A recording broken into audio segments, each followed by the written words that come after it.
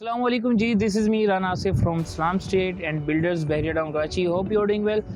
हमेशा से ही बहरिया टाउन कराची में जब भी अपार्टमेंट का नाम दिया जाता है, दो अपार्टमेंट जो हैं आपके माइंड में आते हैं। एक बैरिया अपार्टमेंट जो कि प्रिंसन 19 में मौजूद हैं और बैरिया हाइट्स जो कि प्रिंसन 6 और 8 और 7 की सराउंडिंग में हैं। तो इसी तरह बहरिया टाउन कराची ने बैरिया हाइट्स 2 भी दिया था, जहाँ पर 4 टावर हैं और इस वक्त मैं उसी लोकेशन पर मौजूद हूँ। आप देख सकते हैं कि यहाँ पर इन टावर्स का ग्रे स्ट्रक्चर रेडी हो चुका है और यहाँ पर अनकरीब आप देखेंगे कि जी बहरिया टाउन कराची यहाँ पर पोजेसन दे चुका होगा।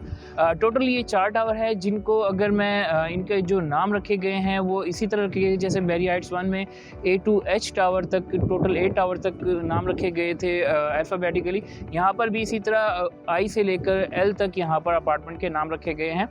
फ़िलहाल अगर मैं यहाँ पर प्राइसेस की बात करूँ तो बैरिया हाइट्स में अगर इस टाइम आप विद की इनर लेने जाते हैं या विदाउट की इनर लेने जाते हैं तो मिनिमम जो है आपको 80-85 लाख में विदाउट की, और जो विद की है वो आपको 1 करोड़ प्लस में आपको इनर मिलता है।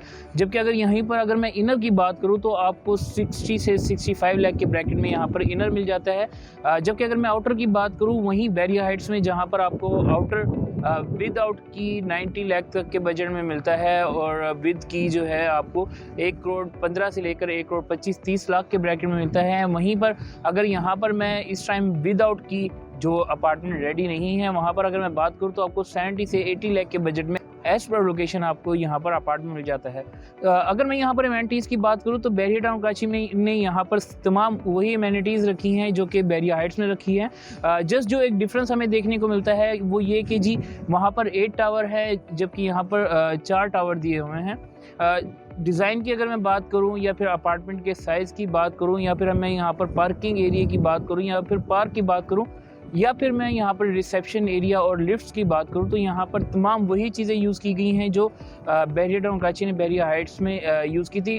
अगर देखा जाए तो 1-2 साल में बैरिया हाइट्स में जो लोगों का इंटरेस्ट देखा गया, वहीं पर प्राइसेस में एक अच्छा खासा डिफरेंस आने की वजह से बहुत से लोगों की पहुंच से बैरिया हाइट्स दूर हो चुका है।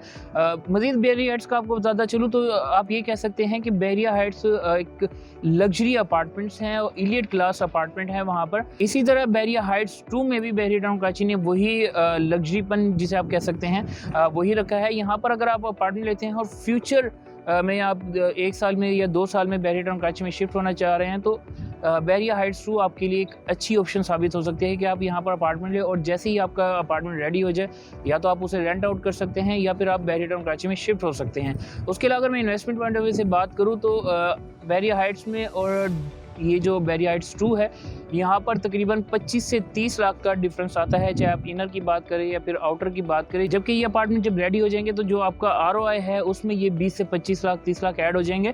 क्योंकि अगर डिस्टेंस की बात करें तो मेन जिना से जब आप बैरिया हाइट्स की तरफ जाते हैं तो सबसे पहले बैरिया हाइट्स 2 आता है और उसके बाद जो है बैरिया हाइट्स 1 आता है।